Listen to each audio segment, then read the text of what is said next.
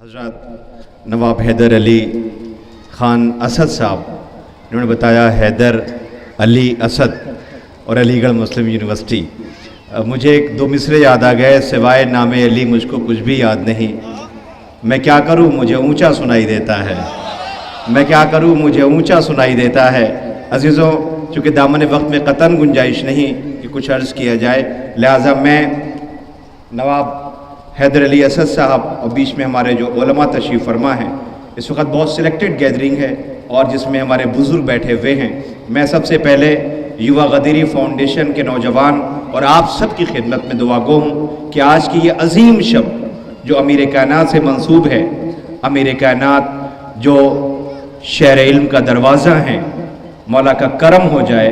یہ نوجوان، یہ بچے جو سب بیٹھے ہوئے ہیں، پروردگار صدق اہل بیت اطہار علیہ السلام کے یہ کامیابیاں ان کے قدم چومیں اور یہ قوم و ملت کا نام روشن کریں اور دنیا کے نقشے میں امہٹ سلطان پور ایسا سلطان بن کر کے ابھر کر کے آئے کہ زمانہ یہ کہے کہ یہ علی کے چاہنے والے ایسے ہوتے ہیں. انشاءاللہ وہ دن دور نہیں ہے کہ آپ کی تربیت ان نوجوانوں کی سرپرستی حاصل، آپ بزرگوں کی سرپرستی حاصل رہی تو یہ نوجوان آپ کے مقصد، آپ کے خوابوں کو عملی جامہ پہنائیں گے. آئیے، میں بہت ہی ادب کے ساتھ گزار ہوں. امیر کائنات علیہ السلام نے کہا ہے اچھی صحبت میں رہو، اچھے لوگوں کے درمیان رہو، اس لیے کہ اچھائی ویسی ہی ہے جیسی ہوا جب خوشبو پھولوں کے درمیان سے گزرتی ہے تو اپنے ساتھ خوشبو لے آتی ہے.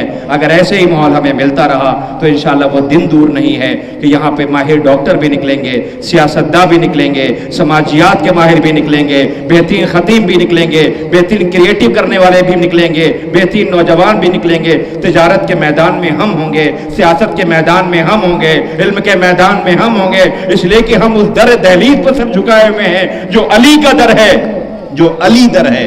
آئیے، میں گزارش کر رہا ہوں، وقت بہت کم ہے، میں نہایت ادب و احترام کے ساتھ اپنے مہمانان کا بے پناہ شکرگزار ہوں، اس لیے کہ پیشنس سب سے بڑی چیز ہوتی ہے اور نظامت کرنا. میں نے سوچا بہت کچھ تھا سیمینار کے حوالے سے، بہت سے لٹریچرز، بہت سے اقوال لے تھے، لیکن سب کو میں نے تالے میں بند کر دیا، اس لیے کہ ایک پریشر تھا، سب کو جانا تھا اور بحمدللہ بہت سے ہمارے مہمانان تشریف لائے. میں مبارکباد پیش کرتا ہوں میں یہ یوتھ آرگنائزیشن غدیری یووا فاؤنڈیشن کو کہ جن کی کاوشیں عملی جامہ جنہوں نے پہنایا اور یہ ڈر رہے تھے. آئیے، میں پہلی بار جب میں نے وہ شعر پڑھا تھا پروگرام کے آغاز میں، پھر وہ شعر اسد بھائی ہمارے قبلہ تشریف فرما ہے، میں عرض کرنا چاہتا ہوں، یہ بہت گھبرائے ہوئے تھے کہ ہم سیمینار کیسے کریں گے، سیمینار میں لوگ آئیں گے، سیمینار کا ہمیں وہ آئیڈیاز نہیں ہیں، ہمیں وہ تجربے نہیں ہیں. میں معذرت چاہتا ہوں اگر کسی قسم کی کوئی کمی پروٹوکول میں رہ گئی ہو، سیمینار کے نارمز میں رہ گئی ہو تو ہمیں اس معاف کیجیے گا، ان بچوں کو معاف کیجیے گا. انشاءاللہ آئندہ سال ہم ٹاپک بھی دیں گے اور اسے ہیوج پیمانے پر لے کر کے جائیں گے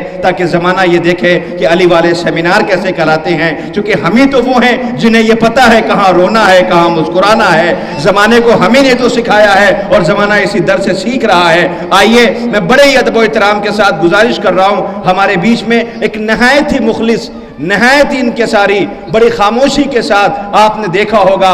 میری جب پہلی ملاقات ہوئی ہے تو میں نے ٹیلی ویژن کے لیے ان کے بہت سے انٹرویوز کیے ہیں. ابوذر صاحب بیٹھے ہوئے ہیں، حسینی چینل پر لائیو ہو رہا ہے. دکھانا چاہیے کہ جو لوگ صحیح طریقے سے حق کی طرفداری کرتے ہیں وہ ان کے اندر انکساری کیسی آ جاتی ہے. میں آپ کے سامنے تعارف کرانا چاہتا ہوں، ہمارے بیچ میں رما شنکر پانڈے جی، رما شنکر پانڈے جی جو بیٹھے ہوئے ہیں، بے پناہ شریف شخصیت ہے یہ، اور یہ خود کتابیں چھپواتے ہیں اور بستی بستی، گاؤں گاؤں، شہر شہر لے کے جاتے ہیں اور زمانے کو یہ بتاتے ہیں کہ یاد رکھنا تم وید کے ماننے والے ہو. وید کا مطلب گیان ہوتا ہے، ویدان یعنی گیان کا انت قرآن کے اوپر ہے اور اہل بیت کے اوپر ہے. اور اگر اسی وید، اسی گیان کا دامن پکڑ لیا جائے تو دنیا میں سکسیس ملے گی، کامیابی ملے گی. جن کے منہ سے میں نے یہ سنا کہ یاد رکھیے گا اگر میں کوئی چیز لے کے آیا ہوں تبھی تو میں چھوڑ کے جاؤں گا، اگر لایا نہیں ہوں تو چھوڑ کے کیا جاؤں گا. بھائی میں اگر پن ساتھ میں لایا ہوں، فائل ساتھ میں لایا ہوں، کتاب ساتھ میں لایا ہوں، میں کہوں گا میں آپ کے درمیان کتاب چھوڑ کے جا رہا ہوں، میں آپ کے سامنے بیگ چھوڑ کے جا رہا ہوں. اگر کچھ چھوڑ لایا نہ ہوتا اور جا رہا ہوتا اور یہ کہتا میں چھوڑ کے جا رہا ہوں تو لوگ کہتے آپ لائے کب تھے؟ اب پھرے مجمع میں غدیر کے میدان میں پیغمبر نے یہ کہا میں تمہارے درمیان دو گرا قد چیزیں چھوڑے جا رہا ہوں، ایک قرآن اور ایک اہل بیت۔ اس کا مطلب یہ دونوں یہاں کی چیز نہیں ہے، یہ اللہ کے پاس سے لائی گئی تھی جو ہمارے سامنے پیش کی گئی ہے۔ سوچئے جس کے وچار ایسے ہوں تو اسے پھر ہم کیوں نہ سنیں، اسے ہم کیوں نہ دعوت دیں، اسے اپنی محفلوں میں ہم کیوں نہ بلائیں۔ میں بڑے ادب کے ساتھ رما شنکر پانڈے جی کو بلا رہا ہوں۔ مجھے پتا ہے وہ بہترین اوریٹر تو نہیں ہے، بہترین خطیب تو نہیں ہے، مگر ان کی سوچ بہت عظیم ہے جو دنیا تک میسج پہنچا رہے ہیں۔ آپ سے گزارش ہے ان کا ایک ایک لفظ سنیے گا۔ آپ کا نام رما شنکر پانڈے، آپ کی لکھی ہوئی کتابیں لوگوں کے سامنے ہے۔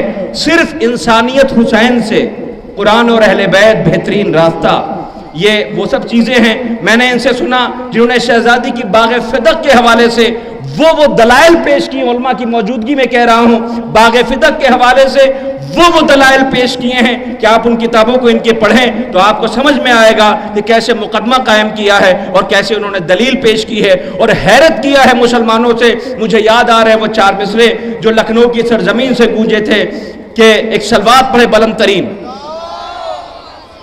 جام پہ جام پیا پھر بھی مسلمان رہے، زہر اماموں کو دیا پھر بھی مسلمان رہے، ہے یہی دین تو اس دین سے توبہ ماتھر، شک پیغمبر پہ کیا پھر بھی مسلمان رہے۔